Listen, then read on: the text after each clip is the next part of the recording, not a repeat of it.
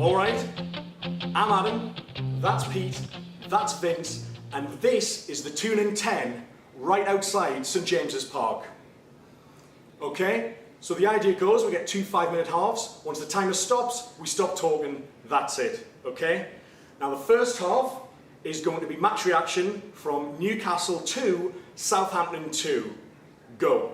What do we think, boys? Premier League's back. How did we fare? Absolutely amazing. Just to be back, the atmosphere was great, really, really good. Who would have thought, when I looked at the lineup before, the two players I didn't want to see, Anita and Obertan, for me, potentially our best two players. I thought Obertan was brilliant, that link-up play down the left with Hadara was excellent. I agree with Obertan. I agree with Obertan, yeah. We felt a bit... it's a fair point. I think we felt a bit more... I think Wijnaldum had a bigger impact in the centre because of his energy. But I mean, let's talk about... The game started with a goal conceded. Pella, he was the obvious danger man.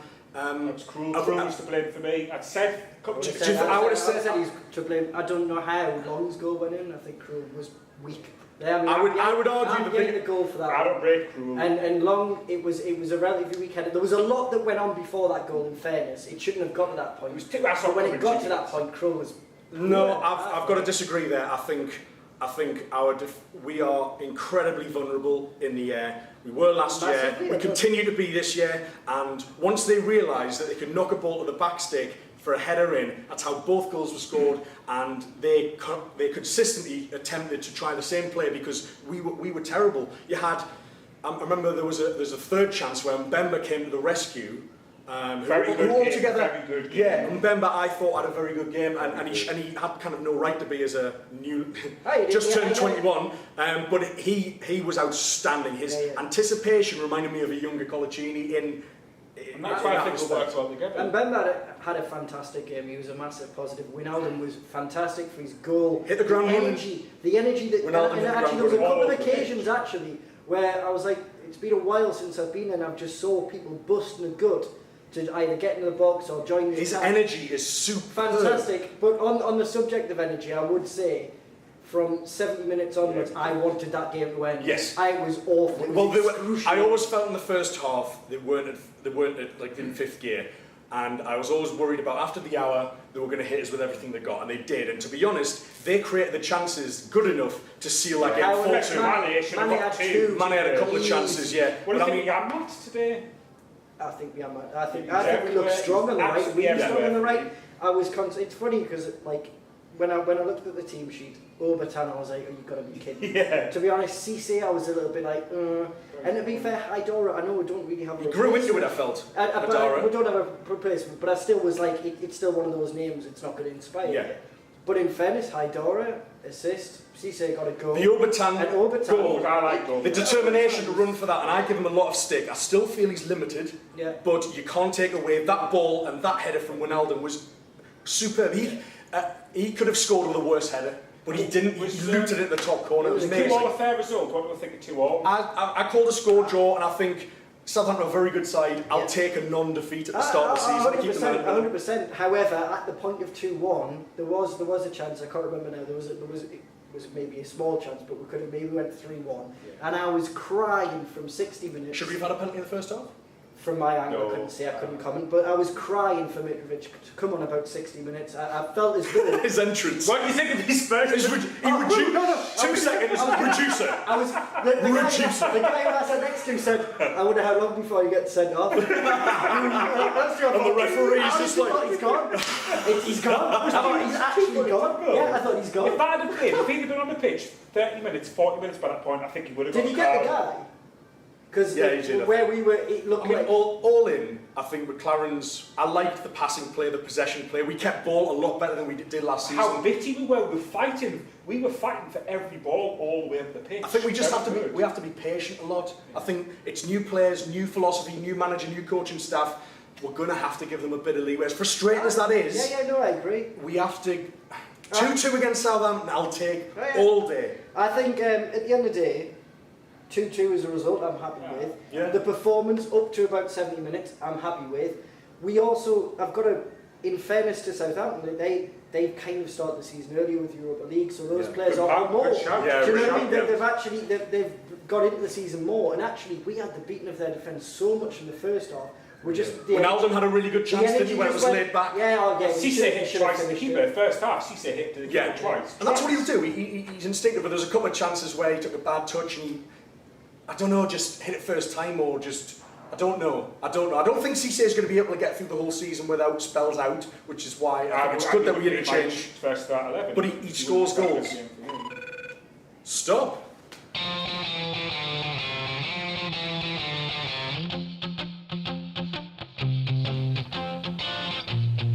All right, welcome back after half time.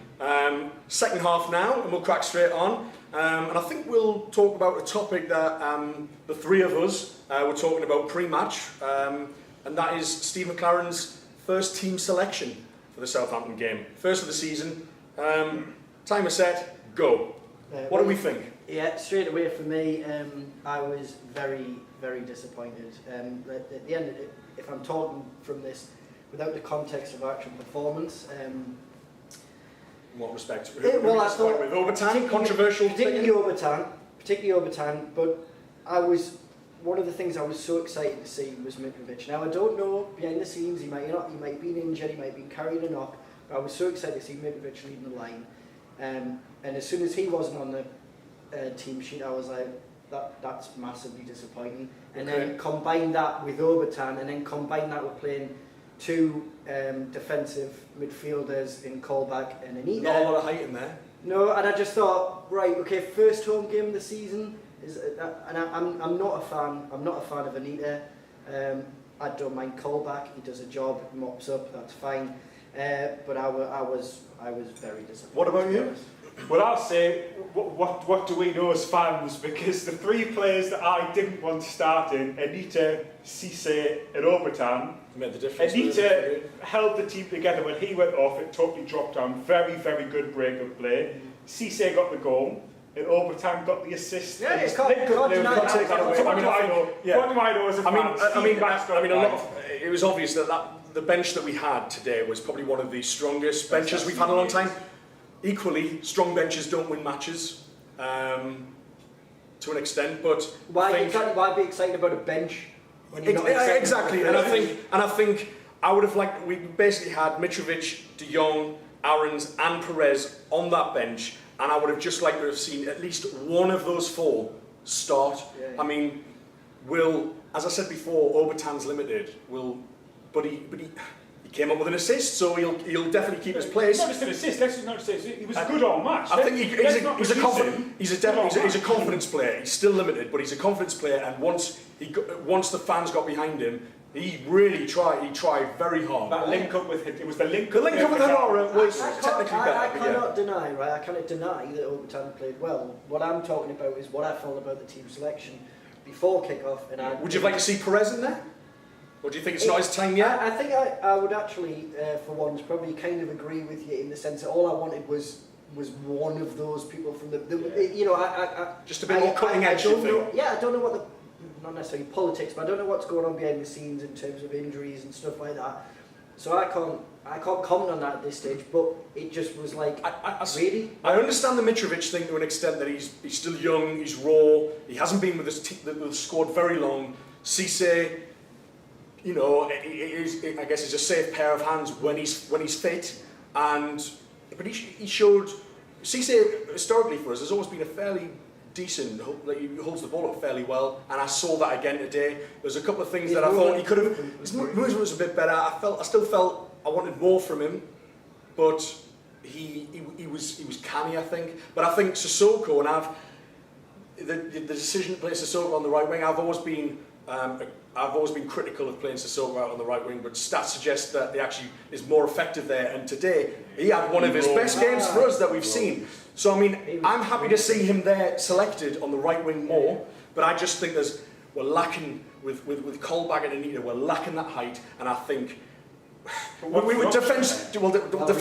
defensive-wise, I still think we need a commanding centre-back, and I think Colaccini and Bemba are dangerous. Today, We're vulnerable in the air. We're so vulnerable in the air. vulnerable. We can't be doing that against anybody. Just looks at that game and says, right, well, we'll just cross it. Every time they got a corner, you know, I was so worried. Oh God, yeah. Every time they got a corner, I say, well, they're probably going to score here, and you know, and that's what I really worry about. And team selection, I wouldn't have had Taylor or Williamson in it at all, but it just shows the lack of strength and depth that we've got. I don't agree. You talk about the lack You would happily go with the defence we've got. You talk about the lack of strength of depth.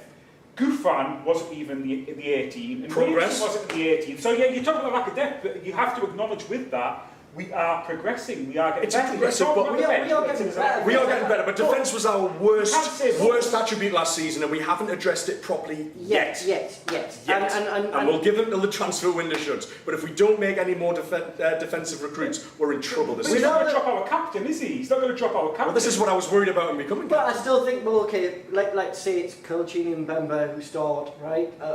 Okay. On Colaccini's performance, I take that. Yeah, but who's stepping in? That's the thing. I don't know who's stepping in. I think Bemba shined at the table. Brilliant, but they're the partnership, so that's fine. Stop. Sorry, Pete. Thanks very much. That's another episode of the Toon in 10 live from St James's Park. Sorry, mate. Sorry, mate. Pete's blue balls. I've been Adam. That's been Pete. That's been Vince. If you like the series, subscribe on YouTube, share with all your friends on Facebook and Twitter, and we'll see you next time. Cheers, guys. Thanks. I'm doing my own one. He's branching out. Just 10 minutes of me. This is the Toon in 10 team signing out live from St James's Park. Cheers, guys. Thanks.